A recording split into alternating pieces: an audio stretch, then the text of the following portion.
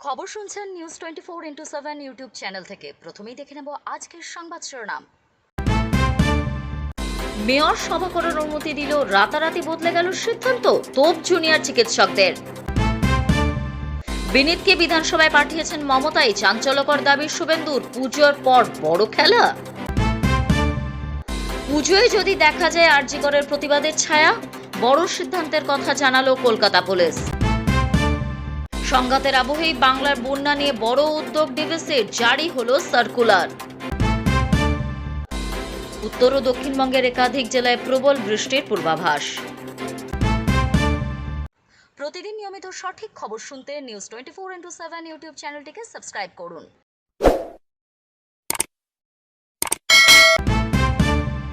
আরজিকর কাণ্ড নিয়ে নিজেদের পরবর্তী অবস্থান কি হবে, আন্দোলনই বা কোন পথে এগোবে, সেসব নিয়েই আলোচনা করতে গণকনভেনশনের আয়োজন করেছেন জুনিয়র চিকিৎসকরা। আলিপুরে ধনধান্য অডিটোরিয়ামে গণকনভেনশন করার জন্য মেয়র ফিরহাদ হাকিমের অনুমতিও পেয়ে গিয়েছিলেন। তবে বুধবার রাতে আন্দোলনকারী জুনিয়র চিকিৎসকেরা অভিযোগ করলেন, কোনো অজ্ঞাত কারণে সেই অনুমতি বাতিল করা হয়েছে। এমনকি সভা করার জন্য কোনো হলই পাচ্ছেন না তারা। বুধবার রাতে সাংবাদিক বৈঠক করে জুনিয়র চিকিৎসকেরা বলেছেন, অভয়ার বিচারের দাবিতে আর একটিও অভয়া যাতে না ঘটে তা সুনিশ্চিত করার লক্ষ্যে রাজ্যে প্রতিটি মেডিকেল কলেজে তথা সামগ্রিক জনজীবনে ভয়ের রাজনীতিকে নির্মূল করতে আমরা WBJDF এর আমাদের লড়াইকে এগিয়ে নিয়ে যাচ্ছি। এই দাবিগুলিকে সামনে রেখে আগামী 27শে সেপ্টেম্বর একটি গণকনভেনশনের আয়োজন করতে চলেছি।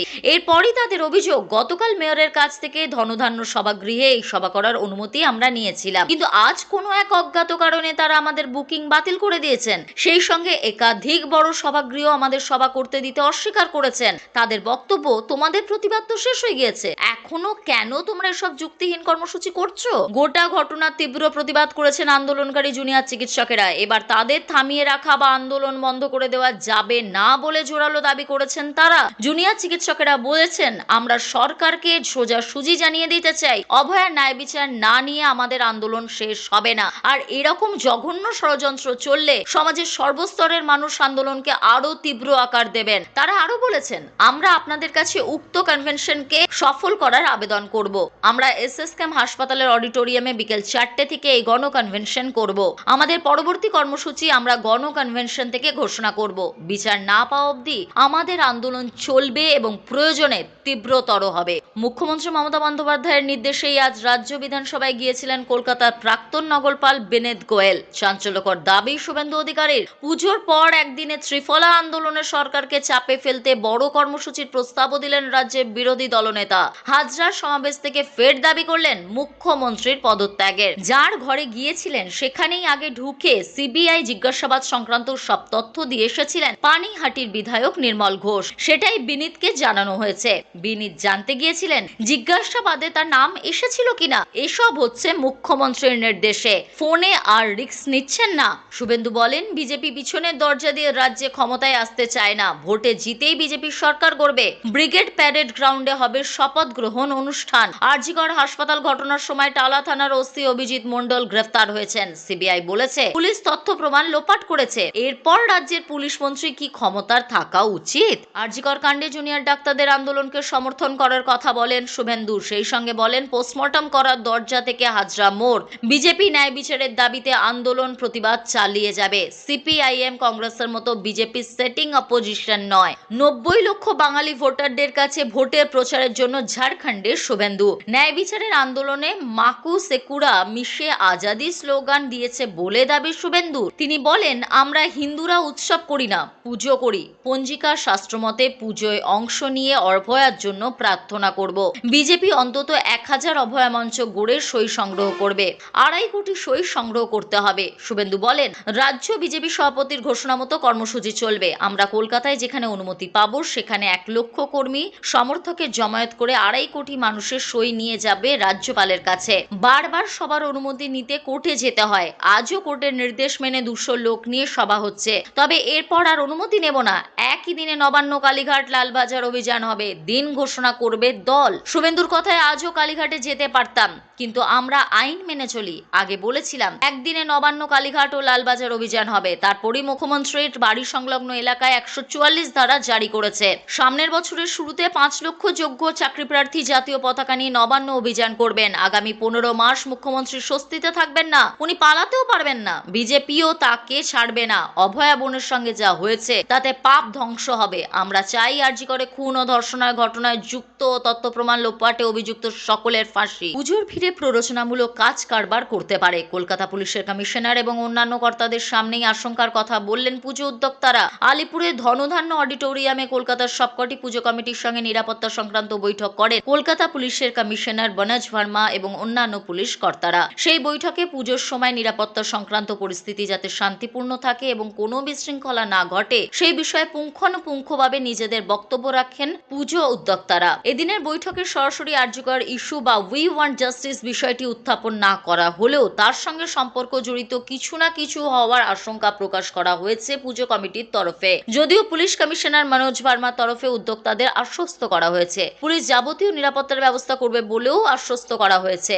সব দিক থেকে পুলিশ প্রশাসন প্রস্তুত রয়েছে। চলতি বছরে ভাঙড়ের প্রায় 85টি নতুন পুজো কলকাতা পুলিশের মধ্যে অন্তর্ভুক্ত হচ্ছে, যে কারণে প্রায় 4000 ছুঁই কলকাতা পুজোর সংখ্যা।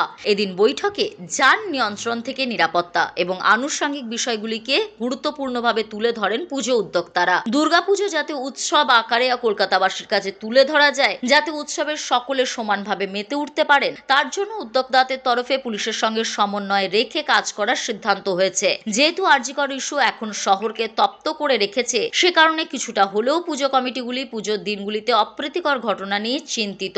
সেই জায়গা থেকে এদিন পুজো কমিটিগুলি পুলিশের সঙ্গে যাবতীয় নিরাপত্তা নিয়ে আলোচনা করছেন বলে জানা যাচ্ছে। বৈঠকের পর পুলিশ কমিশনার মনোজ ভার্মা বলেন, সবাইকে পুজোর আগাম শুভেচ্ছা।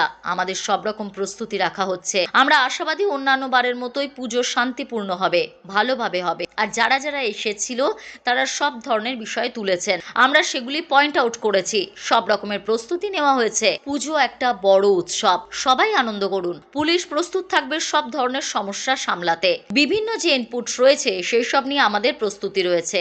আমরা সবকিছু ভেবে নিজেদের প্রস্তুতি নিয়েছি।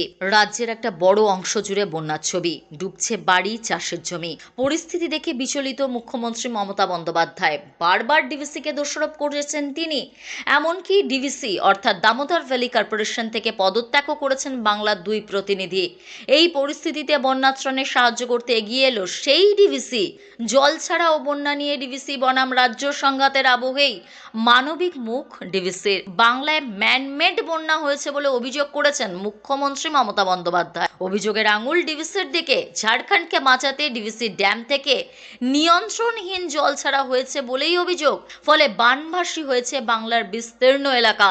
ডিভিসির সঙ্গে সম্পর্ক ছিন্ন করার ডাকও দেন মুখ্যমন্ত্রী। এবার ডিভিসির তরফ থেকে একটি নোটিশ জারি করা হলো। কর্মীদের উদ্দেশ্যে দেওয়া সেই নোটিশে সংস্থার প্রায় 5,500 কর্মীকে আবেদন জানানো হয়েছে যাতে বাংলার বন্যা ত্রাণের জন্য সবাই একদিনের বেতন দেন। তবে তা বাধ্যতামূলক নয়। যারা এই আবেদনে সাড়া দিচ্ছেন না, কারণ জানিয়ে তাদের আগামী বৃহস্পতিবারের মধ্যে মেল করতে বলা হয়েছে। এই মর্মে একটি সার্কুলার জারি হয়েছে মঙ্গলবার। রাজনৈতিক মহলের একাংশের মতে ডিভিসি রাজ্যের মান ভাঙাতে এই কৌশল নিয়েছে। ডিভিসির জনসংযোগ আধিকারিক অরবিন্দ কুমার সিং বলেন, যখনই দেশ জুড়ে কোথাও প্রাকৃতিক বিপর্যয় ঘটে তখনই ডিভিসি এগিয়ে আসে। এই মুহূর্তে যে সার্কুলার দেওয়া হয়েছে তাতেই সবকিছুই স্পষ্ট। রাজ্য ডিভিসির সংঘাত নিয়ে মুখ খুলতে চাননি তিনি। উত্তর ও দক্ষিণবঙ্গের একাধিক জেলা মাঝারি থেকে ভারী বৃষ্টির পূর্বাভাস দিল আলিপুর আবহাওয়া দপ্তর। ইতিমধ্যেই কলকাতা সহ রাজ্যের বিভিন্ন জায়গায় বুধবার ভালোই বৃষ্টি হয়েছে। এর মাঝেই জানানো হলো বৃহস্পতিবারও দক্ষিণবঙ্গের পাশাপাশি উত্তরবঙ্গের জেলাগুলিতে মাঝারি থেকে ভারী বৃষ্টির সম্ভাবনা রয়েছে। এর মধ্যে দক্ষিণবঙ্গের পুরুলিয়া, পশ্চিম বর্ধমান, বীরভূম ও মুর্শিদাবাদ জেলার 2-1টি জায়গায় বৃহস্পতিবার ভারী থেকে অতি ভারী বৃষ্টি হতে পারে। অন্যান্য জেলাগুলিতেও বজ্রবিদ্যুৎ সহ ভারী বৃষ্টির সম্ভাবনা রয়েছে। বুধবার থেকেই বিভিন্ন জায়গায় ইতিমধ্যে বৃষ্টি শুরু হয়ে গিয়েছে। দক্ষিণবঙ্গের পাশাপাশি বৃষ্টির সম্ভাবনা রয়েছে উত্তরবঙ্গের জেলাগুলিতেও। সেখানে আবার শুক্রবার পর্যন্ত বৃষ্টির পূর্বাভাস দিয়েছে আলিপুর আবহাওয়া দপ্তর। তাদের তরফে জানানো হয়েছে, বুধবারের পাশাপাশি বৃহস্পতিবারও দার্জিলিং, কালিম্পং, জলপাইগুড়ি, আলিপুরদুয়ার ও কোচবিহারের বেশ কয়েকটি জায়গায় মাঝারি থেকে ভারী বৃষ্টির সম্ভাবনা রয়েছে। শুক্রবার দার্জিলিং জেলায় অতি ভারী বৃষ্টির সতর্কতা জারি করা হয়েছে। সেই সঙ্গে শুক্রবার পর্যন্ত মাঝারি থেকে ভারী বৃষ্টি হতে পারে কালিম্পং, জলপাইগুড়ি, আলিপুরদুয়ার ও কোচবিহারে। বৃহস্পতিবার হালকা থেকে মাঝারি বৃষ্টি হওয়ার সম্ভাবনা রয়েছে মালদা এবং উত্তর ও দক্ষিণ দিনাজপুরের বেশ কয়েকটি জায়গায়। রাজ্যের অন্যান্য জায়গার মতো কলকাতাতেও বৃষ্টির সম্ভাবনা রয়েছে বুধ এবং বৃহস্পতিবার। দুদিনই মাঝারি বৃষ্টির সম্ভাবনা রয়েছে মহানগরে। প্রসঙ্গত উল্লেখ্য, কয়েকদিন আগে প্রবল বৃষ্টি ও ডিভিসি সহ একাধিক জলাধার থেকে জল ছাড়ার ফলে রাজ্যের বিভিন্ন জেলার বেশ কিছু জায়গা প্লাবিত হয়েছে। এর মাঝেই নতুন করে বৃষ্টির পূর্বাভাস আতঙ্কিত করেছে মানুষকে। বৃষ্টির জলে ফসল নষ্ট হওয়ার পাশাপাশি দুর্গাপুজোর আগে এই বৃষ্টির পূর্বাভাস কপালে চিন্তার ভাঁজ ফেলেছে বিভিন্ন পুজো কমিটির উদ্যোক্তাদের। আজ এই পর্যন্তই, ফিরে আসছি নতুন কোনো খবর নিয়ে, ততক্ষণ সঙ্গে থাকুন।